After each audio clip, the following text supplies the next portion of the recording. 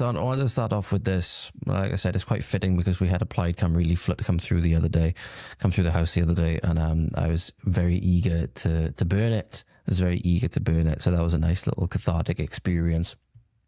Because this is something that came up on my X feed that I bookmarked. Somebody had shared that Plaid, as again, if you know how extreme they are to the left side of the spectrum, the net zero communist side of the spectrum, well, they put in their manifesto, they put in their policies in their manifesto that they don't actually say the term, but they support what's called 20-minute neighborhoods. Now, if that sounds very similar to 15-minute cities, it should.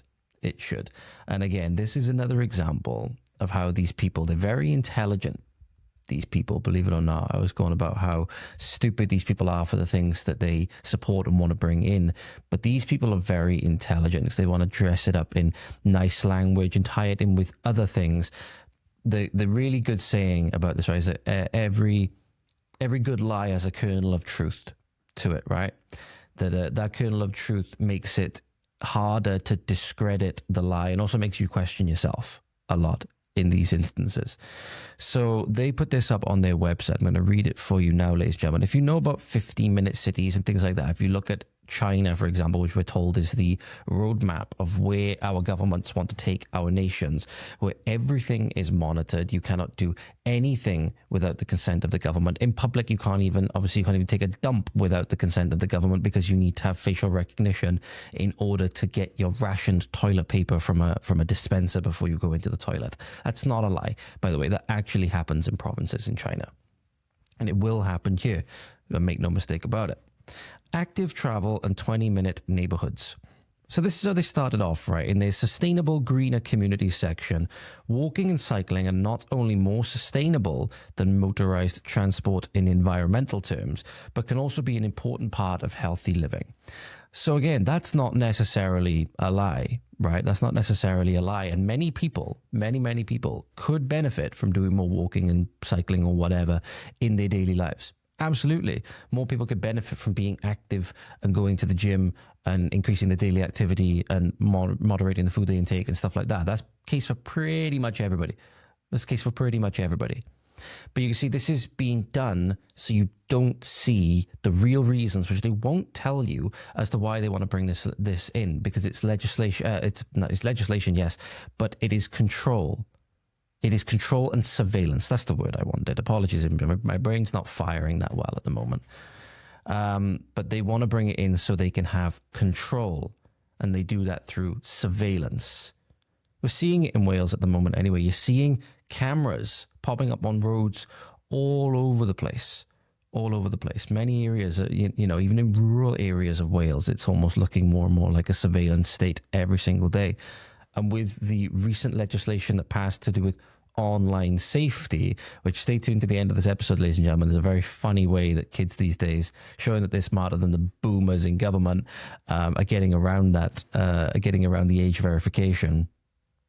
But this is all to control people in these 20-minute neighborhoods, as they say. You'll need QR codes to go in and out of, and the government can shut those off at any time for any reason, and you don't get no say in the matter whatsoever. This will pave the way for social credit controls with regards to how you pay for things, and then you'll be blacklisted because of your political opinions and stuff like that. This will happen. And they're openly saying it. They're trying to fool you, thinking that it's going to be for your benefit. It's not going to be for your benefit. At the very least, if it's going to be for your benefit, it is the premier example of a Faustian bargain, where the devil gives in one hand, but he takes with the other. Okay? They give you, you can't even really make this case of what they're giving you. They're giving you more examples or more opportunity to be healthy, which people don't necessarily take, but they take away your freedom and your freedom of speech and your freedom to hold different political opinions at the same time, under threat of losing your ability to pay your bills, to buy food, all of these things, right? Many people in China, I saw a very alarming video that happened recently, that I believe they'd just been made, at the flick of a switch, basically, they'd just been made homeless. And then they were sleeping on bridges and stuff like that. I'm not sure the exact reason why, but you can't give the government that power. You cannot give the government that power, because even if you support this, it will come back and be used against you eventually. Make no mistake about it. I mentioned before that what the government is doing with regards to everything. So the next story we're going to be talking about is the fact that with this Afghan security breach and everything that's going to be happening because of that, we now have literal Taliban coming over. Yes, I'll get into that in a moment. I kind of lost my train of thought again there for a moment. But even if you support this right now, in theory, because of what you think it is, I promise you, A, it's not what you think it is. It's not going to be useful what you think it's going to. And even if you support it, these people, because of what it's going to take to keep their power, will use it against you if it comes to it eventually. That's what we saw in the Soviet Union. That's why do you think every head of the NKVD or every head of the secret police, when the new head would come in under the new premiership of whoever it was come in, they'd be killed, and all of the previous Politburo, for the most part, would be killed, or at least kept in a state of fear to do what the new leaders wanted them to do, knowing that the number was going to be up eventually. It's a culture of fear. This culture of fear, which many of us are feeling right now, you might not feel it at the moment because you may support this in theory. It will be used against you eventually. Make no mistake about it. If it is deemed as politically advantageous to the government, and make no mistake, they will. They will. They show how evil they can be. Like when people call the government a necessary evil, but we're being shown in the UK at the moment how evil the government truly is. And look at how they dress it up. So they say Plaid Cymru supports the principle of creating 20-minute neighbourhoods in all our towns and cities, providing convenient, safe pedestrian access to the places people need to go and the services people use nearly every day. Public transport, shopping, schools, parks, social activities. Notice you don't see cars. Notice you don't see cars, for example, and personal automobile ownership, because obviously they want to get those off the road anyway. They want to get those off the road because of their net zero zealotry, but also what is the number one symbol of freedom in a way? It's the automobile. A personal automobile where you can go wherever the hell you want, whenever the hell you want, and you're accountable. Okay, we're all accountable to something greater, but in that moment, you're technically accountable to no one. You can take it and you can go and drive to a pond. There's nobody stopping you. These things come in, they will be stopping you.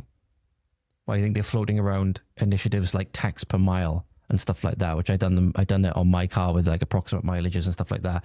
It would end up being, I think, about £1,500 a year in road tax alone. Okay, which is completely unsustainable, obviously. Fact of the matter is, this is all being done to fleece you of your money and power. More money and power to the government, less money and power to you. And your freedom goes with that. Our freedom goes with that. So we cannot allow, I say it on X all the time, and this is one of the things, even when I'm getting emotional, I completely stand by this, I'll stand by this 10,000%, is that I dread to think what's going to happen next year anyway. But whatever you think of Labour, Plaid are worse. Plaid are worse. They are the worst of everything, pretty much. So this is all, as I said, on their website here. It says tied in with their net zero commitments and all of these things. Everything that, again, is to make you and me more impoverished, less powerful, less influence on our political future and the future of the country and all things like that, and give more power and influence to them. Using their power that we've given them, not to make our lives better, to make their lives better and actively make our lives worse. And in many instances, actively put us in danger.